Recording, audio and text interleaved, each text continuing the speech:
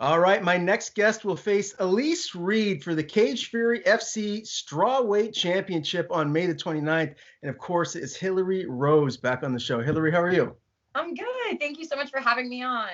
Oh, it's my pleasure. It's been too long since we've spoken last, I and you've know. been a busy girl picking up a big win last time out over Alana Arnett in the second round. Obviously, a finish is what you're always aiming for. Tell me the game plan heading into that fight, and if the result is what you expected it would be. So I originally was planned to fight another girl, and then she needed to get like ACL surgery. So it was a like very last minute switch of plans. So my coaches, made the decision. They told me who I was fighting. I knew I would have a lot of experience over Alana. I knew that she was a really good grappler. I think she does compete like every weekend. She's a brown belt. So my goal was just to keep it on the feet. I knew she'd be able to grapple. I mean, I like to grapple too, but I was pretty confident in my stand-up going into that fight. So, just kind of being able to control my pace. And once I was in there, I was really able to kind of feel it out. And I was super hyper aware, probably the most aware I've ever felt in the cage, and was able to just kind of play my game. And, the goal wasn't to finish with kicks, but it's something I always wanted to do. So it was a super cool win, and I'm really excited about it. Now, the last time I spoke to you was right before Contender Series, and unfortunately, that fight didn't go your way. But did you feel any added pressure to go in there in this fight and really finish Alana and just look dominant? I don't think I felt any extra pressure. I think I definitely wanted to get a finish. I mean, fighters want finishes no matter what. So, I mean, my goal every time I go in there is to get a finish, whether it's on the feet or whether it's on the ground. I don't think I felt the pressure to get the finish. I was more just happy to be able to fight. I hadn't fought since Contender. And, it was just more getting back in there, getting comfortable and, getting my wits back to me and kind of seeing how my body had changed since I had last fought. So no pressure, more just fun. Mhm. Now, I do have to ask, obviously, about the Contender Series fight. I mean, look, you fought a tough as nails girl, Cheyenne Bays, and you looked really good. You look tough. You look tough as nails going in there. I mean, looking back at it now, like, what can you take from that here moving forward as a mixed martial artist? The biggest thing I took out of that fight was that I lacked strength. So, when you saw me next to Cheyenne, she was much bigger than me. She had really strong legs. I felt one step behind in the fight. Like she just was one step ahead of me. I think I don't believe in like ring rust, but it had been like, 16 months since I had been in the cage. So it was more just getting my awareness and, feeling comfortable in there. I think that it had been a long time and she was just one step ahead. She was ready to fight and, she kind of, I'm grateful for that fight. I think it kind of really opened my eyes to some things that I was lacking in my game. Like I was really small. So my big focus after that fight was just to put on muscle and to gain strength and, just to be stronger. I think I was strong, but, Cheyenne was really strong. And I know that I'm going to be fighting other girls like Cheyenne who are going to be strong and, have a lot of strength. So that was my biggest thing. I knew that I had, good technique and all the ability to win. I just, she had a really good game plan and she was able to, take away all the things I was good at. So, I'm grateful for her and, her and I shoot the shit sometimes and we talk to each other.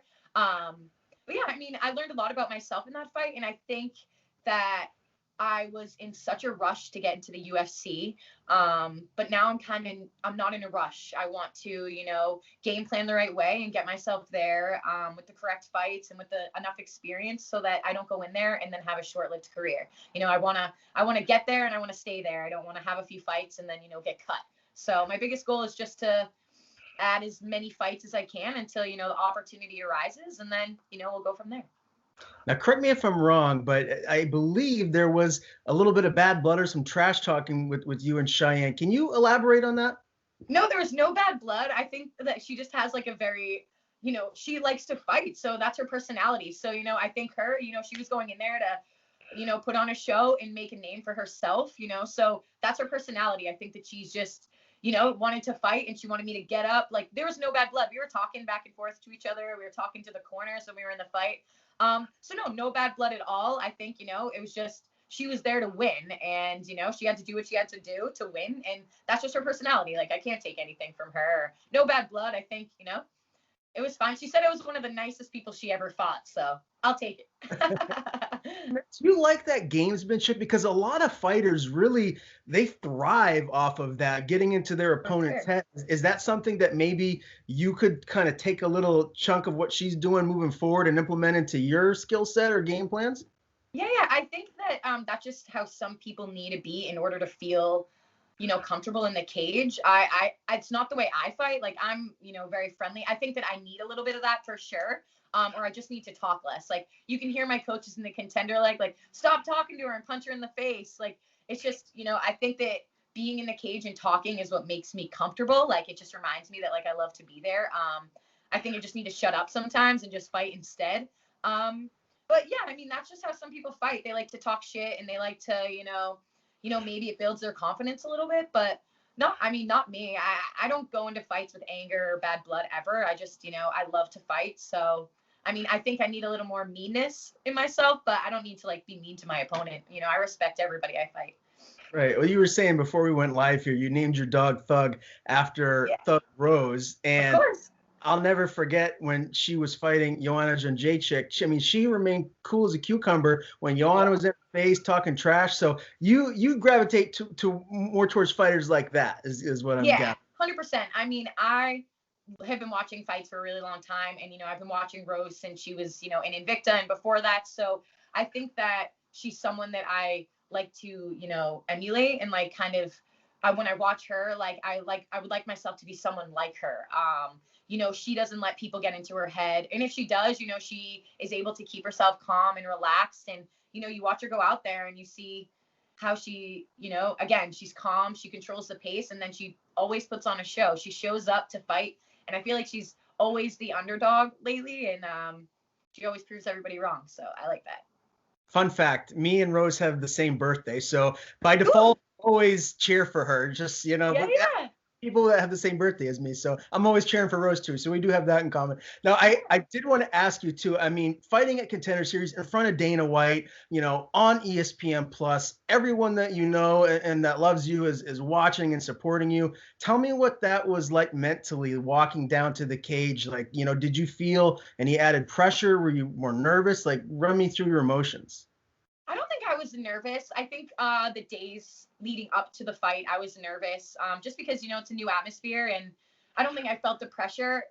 Obviously it's intimidating to go in there and to fight at that high of a level. But like, I never got to even see Dana. Like you lose the fight, you see the doctor, they put you in the car still with your stuff on and like no shoes. So like, it was very quick. Like, I don't think I got that full experience I would have liked.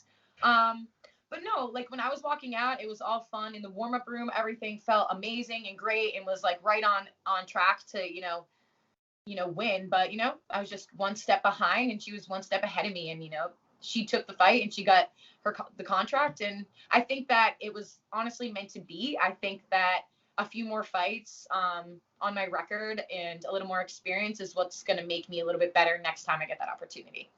I was gonna say, it probably just makes you even more hungry.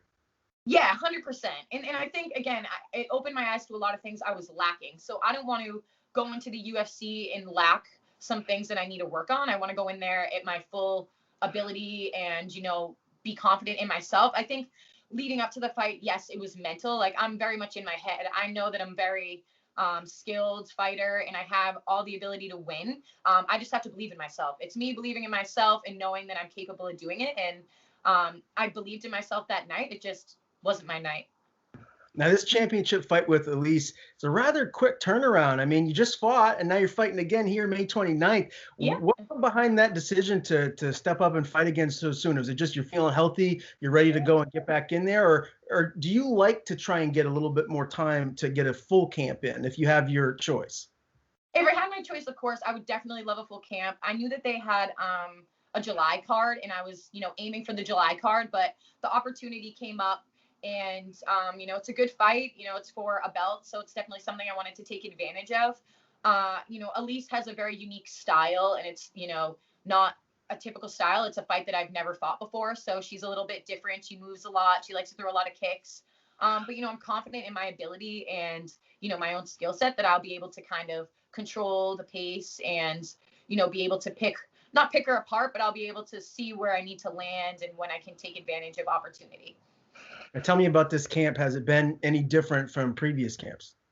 The only thing been different is, I mean, we always train for, 3 rounds. So now that it's possible, so it's a 4-round 5-minute, so 4 5-minute rounds. And then if it's even, it goes to a 5th round. So it's more just having my cardio up, making sure that, my cardio is there in case, we do go to championship rounds. And yeah, of course we focus on a lot of different things because she likes to kick.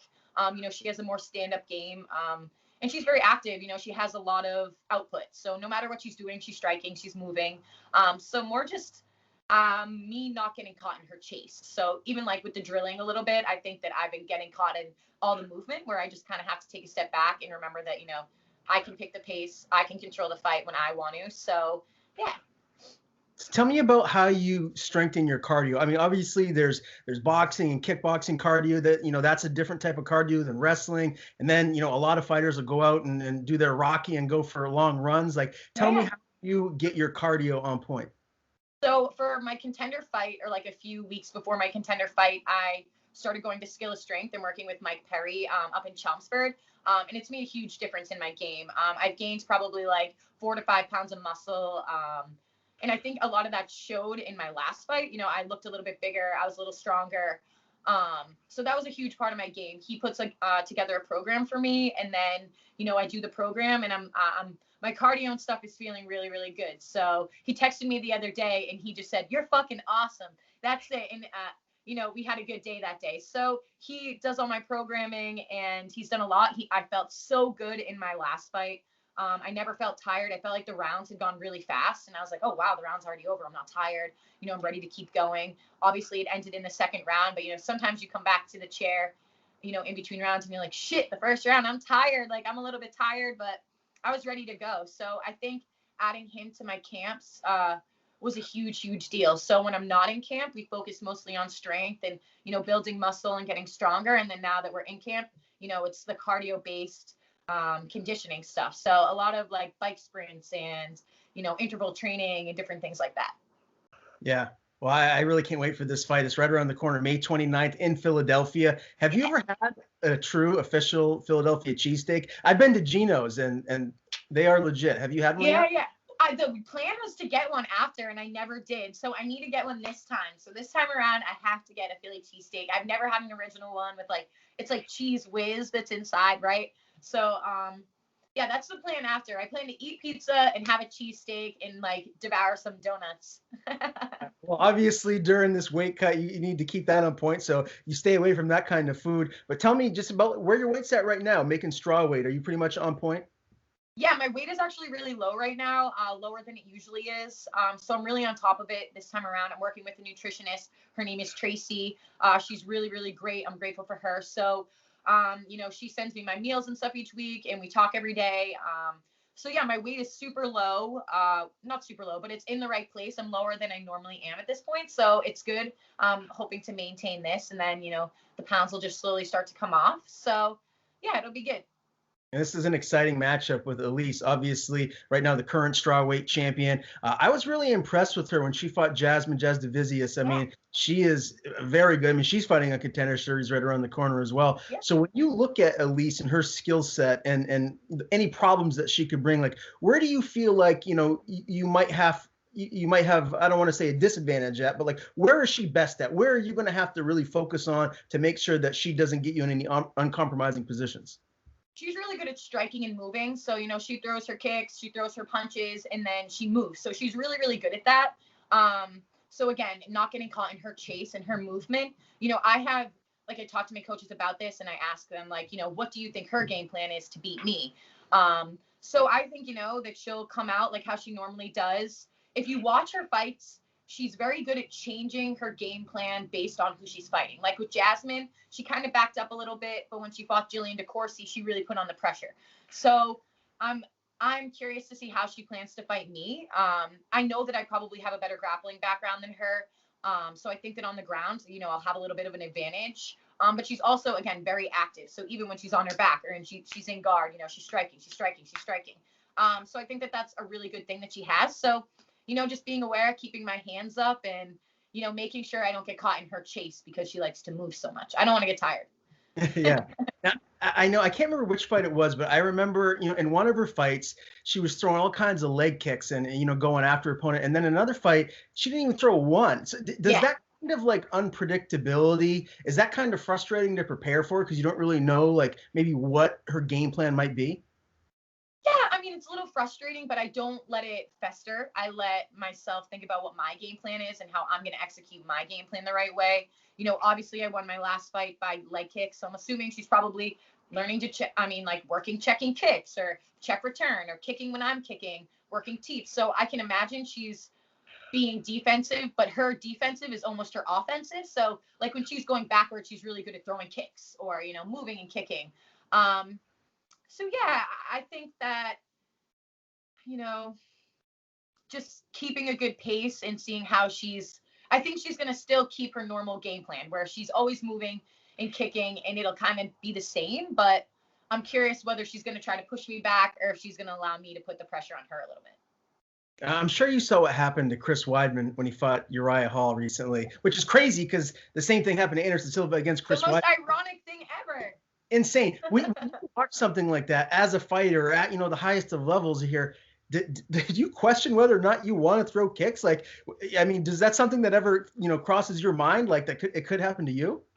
What I think is, I mean, I'm not Chris Weidman and he's obviously been in the UFC, but I think it's all about timing. I think that he came out and he threw a kick and it probably wasn't good timing. If you set up your kicks with your strikes or you're aware of, like when I fought Alana, I could tell that she was really heavy on her front legs. So I knew that, I was able to kick her. I think coming out and just throwing like a kick is dangerous because you've seen exactly what happened to Chris Weidman. So I think setting up strikes and then kicking is, more of an advantage. Make them think here, so then go low, or, throw to the body and then go high. So, setting them up, of course it's intimidating. And then you think like, oh shit, like, am I going to do the same sort of thing? You take shin pads off and, next thing you know, you're bruised up. But, I think if I set up my strikes and kick after, all will be good.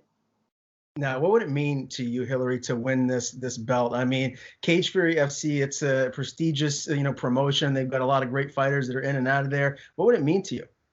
I think it would mean a lot. I mean, it's super cool to win a belt, but again, I want to have the belt, but I'm really just looking for the experience. And I think that Elise is a very game opponent, and she's definitely going to make me work for the belt. I don't think it's going to be an easy fight. I think she's definitely going to challenge me in different ways. But I think it would be awesome. Being the champ of a promotion makes you look good. So, if you're the champ, people are going to be looking at you, and it's just one step closer to where I really want to be. And obviously that's the UFC. So if I can win this belt, which I plan to do, I think that it just gets me one step closer to the UFC. And, whether that's this year or if it's next year, I'm going to be prepared either way.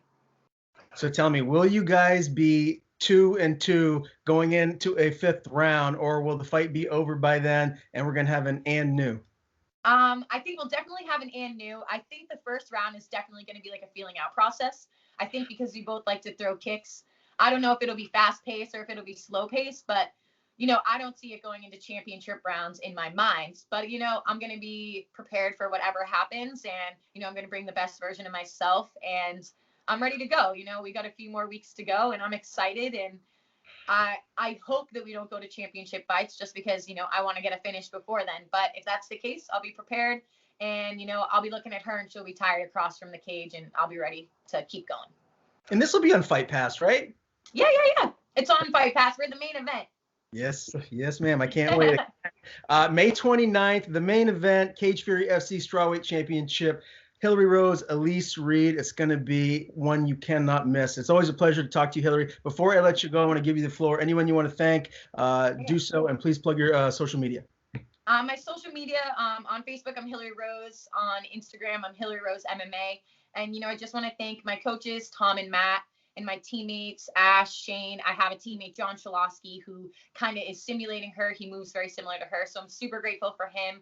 And Jake. And then I want to thank Joe Lozon and Steve Mays and Andy Aiello. Andy Aiello has been my sparring partner for my last two fights. And he's been a huge help guiding me and, kind of making me step and throw my hands and bite down on my mouthpiece. So I'm super grateful for him, Steve and Joe. They've done so much for me in the last few months. So, shout out to them. Thank you so much for, opening your doors to me and letting me train at your gym.